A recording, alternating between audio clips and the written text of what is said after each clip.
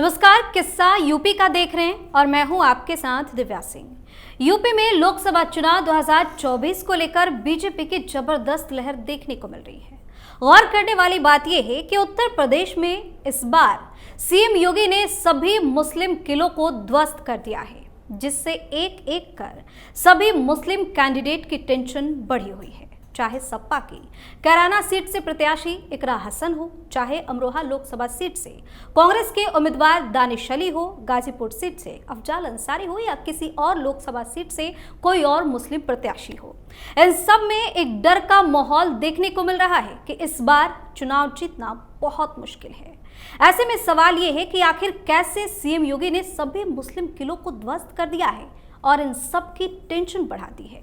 इसी पर चर्चा करने के लिए मेरे साथ स्टूडियो मौजूद हैं कैपिटल टीवी के एग्जीक्यूटिव एडिटर राजीव जी। सर, आपका स्वागत है। धन्यवाद।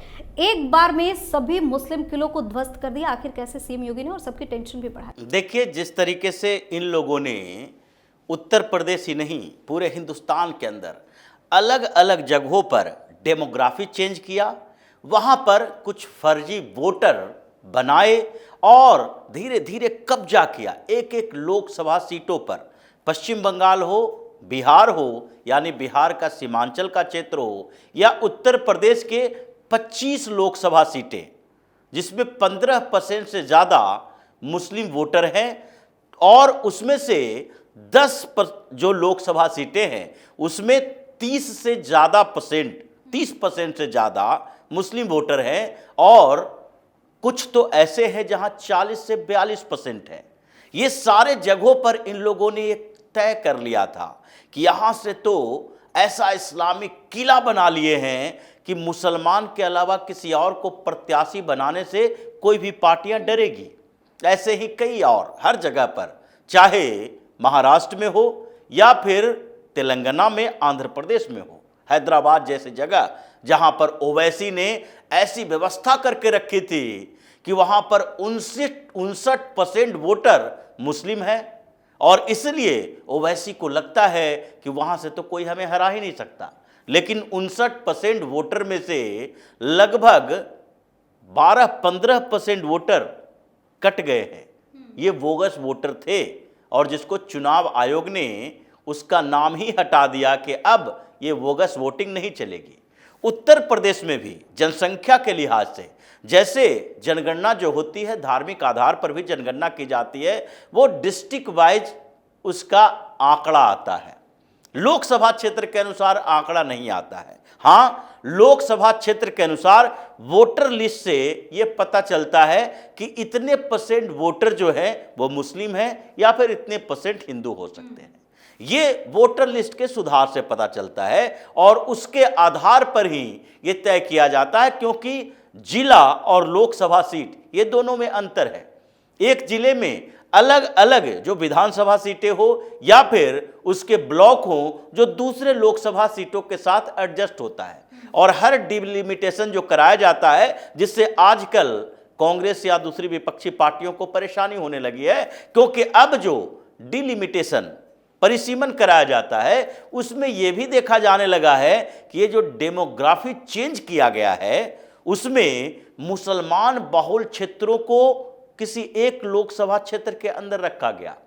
ये बहुत बड़ी विडंबना है, क्योंकि हिंदुस्तान में first pass the post system चलता है, यानी कि 10 वोट से भी कोई जीत दर्ज करेगा, सबसे ज्यादा जिसको वोट मिलेगा वो जीतेगा। ये 50% वाला नहीं है, ये प्रोपोर्शनल सिस्टम नहीं है कि 50% से ज्यादा वोट मिलेगा वो जीत पाएगा, या प्रोपोर्शनल सिस्टम में कि जितना % जिसको वोट मिला उतना % उसको सीटें मिल जाएगी। ये यहां व्यवस्था नहीं है। यहां first pass the post system है, जिसको सबसे ज्यादा वोट वो उम्मीदवार जीत जाएगा।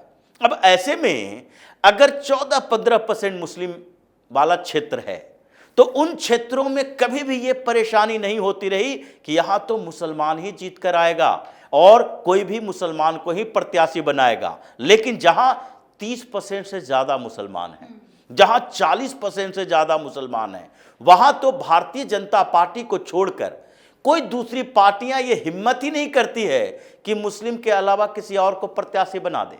अगर उत्तर प्रदेश में देखा जाए तो वही स्थिति समाजवादी पार्टी की है या कांग्रेस की है या फिर वही स्थिति मायावती की पार्टी की है, जिसको मुस्लिम वोट पिछले 10 सालों से मिल नहीं रहा, जो मुसलमान उनको बिल्कुल ऐसे अछूत बना के रखे हैं। क्योंकि मुसलमानों को उत्तर प्रदेश में लगता है कि भारतीय जनता पार्टी को चुनौती केवल समाजवादी पार्टी दे सकती है, और कांग्रेस समाजवादी पार्टी के बीच गठबंधन है, तो इसका मतलब है कि इन दोनों के उम्मीदवार जो हैं भाजपा को चुनौती दे सकते हैं, मायावती चुनौती नहीं दे सकती है। इसलिए मायावती के कैंडिडेट को इन लोगों ने अलग कर रखा है। हालांकि ये बात अलग है कि जो मायावती मुस्लिम कैंडिडेट उतारती है तो वहां पर मुसलमानों के बीच तो उसकी अपनी पैठ होती है, व्यक्तिगत पहचान होती है, और वो अपने व्यक्तिगत संबंधों के कारण 2-4-5% वोट ले लेते हैं। लेकिन स्थितियां यहां पर कैसी हैं, कैसे योगी ने ये प्लानिंग की, और 15-16% वाले सीटों पर तो सोचा ही नहीं जा सकता। जैसे मेरठ, गाजियाबाद, बुलंदशहर, इन जगहों के लिए तो सोचा ही नहीं जा सकता कि इन जगहों पर 16%, 14%, 15% मुस्लिम हैं। वहां पर तो भारतीय जनता पार्टी ने ऐसी व्यवस्था कर ली कि कोई मुस्लिम कैंडिडेट खड़ा भी करे तो उसके लिए जीत के दूर दूर तक कोई संभावना ना हो।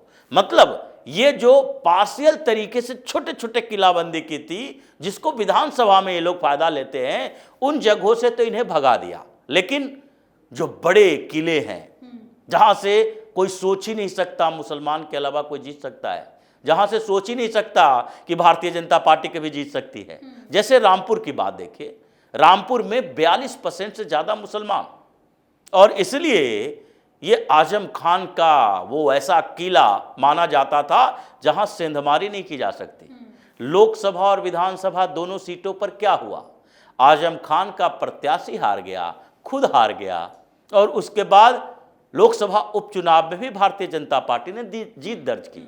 उसी तरह से आजमगढ़, जहां से अखिलेश यादव का पूरा खानदान जीतता रहा, क्योंकि वहां भी 28-29% मुसलमान।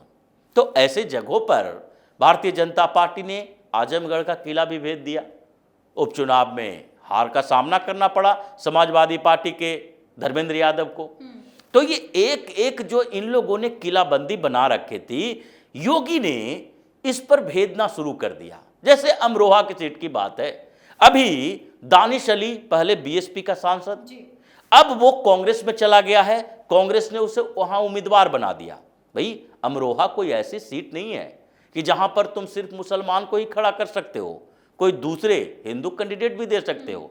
लेकिन इन लोगों ने ये भाव बना दिया कि अगर मुसलमान कैंडिडेट नहीं दिए तो फिर कोई यहां से जीत ही नहीं पाएगा तुम्हारी पार्टी से। इसलिए भारतीय जनता पार्टी ने कोई मुस्लिम कैंडिडेट दिया ही नहीं। केरल जैसे राज्य में जहां मुसलमान 40% के करीब है, वहां पर भी भारतीय जनता पार्टी ने केवल एक मुस्लिम कैंडिडेट दिया।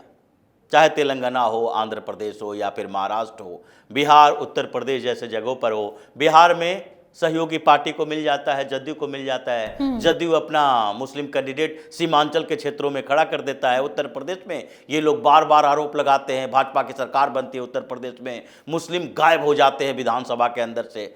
मुस्लिम गायब हो जाते हैं क्योंकि भारतीय जनता पार्टी उसे प्रत्याशी नहीं बनाती। क्यों नहीं बनाती? कि तुमने उसे अछूत बना दिया है, तुम उसके साथ खड़े नहीं रहते हो। तुमने पहले ही मान रखा है कि भारतीय जनता पार्टी का मतलब मुस्लिम विरोधी पार्टी। वो हिंदुओं की बात करता है, वो मुस्लिम विरोध की बात बाद में हो जाती है। तुम अगर हमारा विरोध करते हो तो तुम ऐसे ही विरोधी हो जाते हो।